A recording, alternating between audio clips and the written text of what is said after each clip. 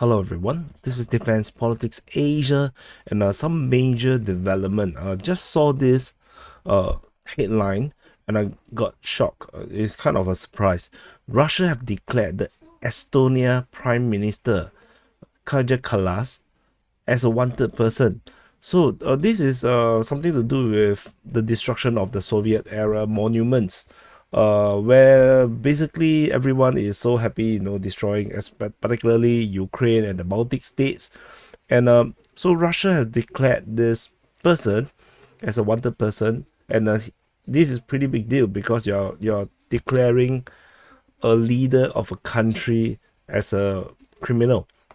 So uh it's now inside a database wanted under criminal code, and other than her there are also other top officials of Estonia that is declared as criminals. So the state secretary, uh Taima Pitakop, and Lithuania's culture minister Simonas Kairys are also named in this wanted list. So it's not just Estonia but also Lithuania. So the Kremlin spokesman Dmitry Peskov say that these people are put on a wanted list due to hostile acts against Russia and the desecration of historical memory. And you probably will have known that the World War II, or the Great Patriotic War, for Russia is a very sacred thing. It's a very, very huge thing because of the number of people have died in that war. We're talking about millions and millions and millions of people have died in the war against Nazi Germany in World War II. So as a result, everything related to World War II is very sacred to the Russians. And when you see Ukraine and the Baltic state destroying all these Soviet era monuments, is basically an insult to Russia.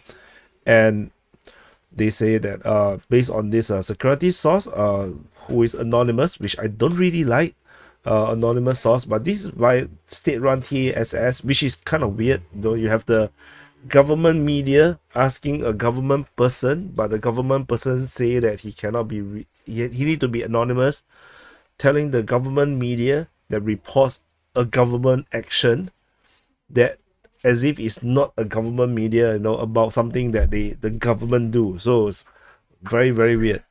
So anyway, I'm not sure this going to have major implications, and I'm and if you want to really stretch it in a very pro-Ukrainian or anti-Russian way, this could become a precursor for some kind of military action against the Baltic states, particularly Estonia and perhaps even Lithuania, because if the Ukraine war is over, Russia is really free to do other things, and maybe NATO becomes very weak. Europe economy totally messed up, and no one can stop Russia. Russia could very well just demand these countries to hand over these people, and if they do not hand over, Russia will declare war. And what would these countries do?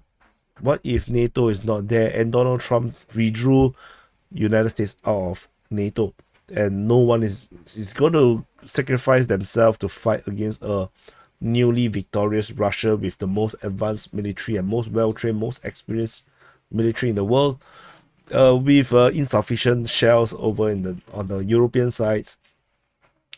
No one is going to save the Baltic states, and so this is going to have long-term implications. I don't think the Russians is going to invade the Baltic states anytime soon, but once the Ukraine war is over, Russia, if Russia really have the free reign, then they could come up with some historical reasons of why the Baltic states should return to the warm hug of the Russian Empire. I mean the Federation of Russia.